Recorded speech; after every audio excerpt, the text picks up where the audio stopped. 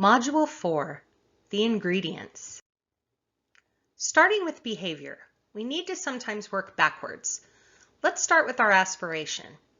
Who are we becoming when we do this habit? And does that align with who we want to be? After you have your aspiration, think about what the very first step would be to reach that aspiration. If you want to be a writer, for example, the first step may be to write a bit each day. You probably already knew that, but how often are you writing each day? Probably not consistently, or you wouldn't have picked that as your habit. So let's make it tiny. Every day, I will open a Word document on my computer. This takes less than 30 seconds to do.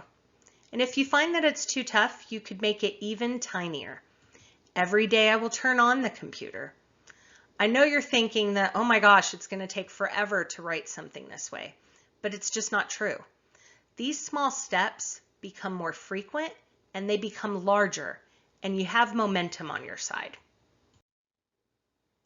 Motivation for now is something that you will likely need, so let's start by creating good habits instead of breaking bad ones. That will come, I promise. And motivation is pretty simple. Pick a habit that you want to do because you enjoy it. And then once you've got something that you want to do, you're really going to want to rehearse your celebration.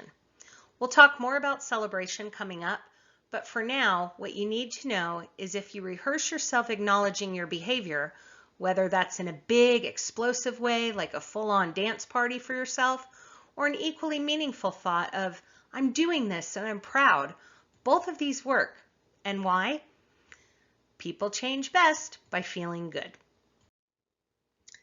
For ability, I think this is the hardest part for you overachievers out there. It certainly was for me. Just because we're capable of doing something doesn't mean we can do it in any kind of sustainable way. I tried this out once shortly after starting my Tiny Habits certification. I mapped out every habit that I'd like to have in my day for it to be near perfect.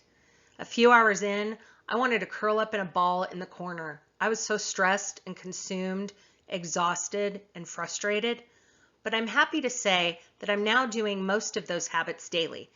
But it took getting real with myself and admitting that I needed to take things in stages, tiny stages at that. And some of the habits that I do now routinely started out super tiny.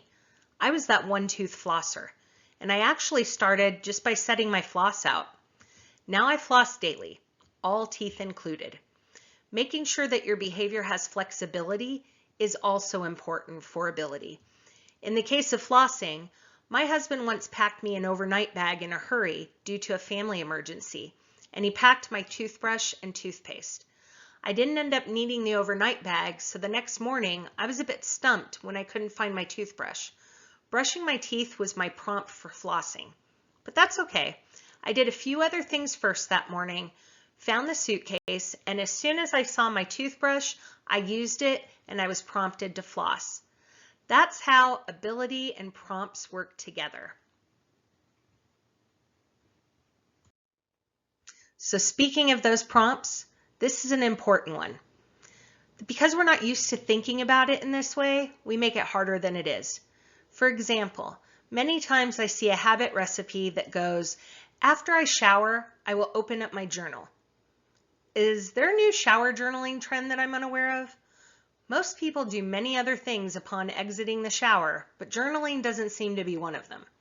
Also, most people don't keep their journal by the shower, and this makes it a difficult prompt for a journaling habit, but it might be the perfect prompt for a moisturizing habit.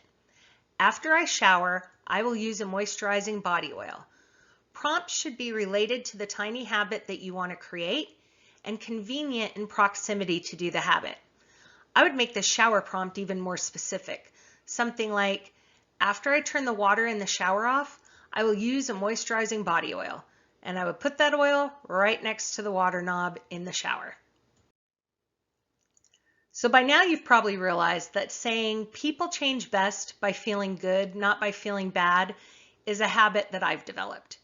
When I read that in Dr. B.J. Fogg's book and later heard him say it in my training class, I just stop and think about whether that was true, because I usually want to change when I'm feeling depressed or disappointed in myself. However, wanting to change and actually changing are two different things. People like Dr. BJ Fogg and other experts in the field of how people think and behave are spot on with this. Take Dave Ramsey for a moment. Dave runs a very successful company based on financial principles that he calls the baby steps. His method flies in the face of almost every other financial guru out there because he says to start by paying off your smallest debt, not the one with the highest interest rate. Why does he do this? Because when you get a win under your belt, that creates momentum. Ever hear the phrase, an object in motion stays in motion? Well, it's the same principle with tiny habits. You must feel good while you are doing it or immediately after. And celebrating the fact that you are engaged in doing the habit is a way to feel good and wire that emotion in your brain. Now feeling good is associated with the habits that you've created and with how you think about creating habits in general. As you start to move into breaking unhealthy habits, you'll find that the tougher the habit, the more you need to celebrate it. And the more you celebrate it, the more momentum you get, and the bigger and faster your habit grows.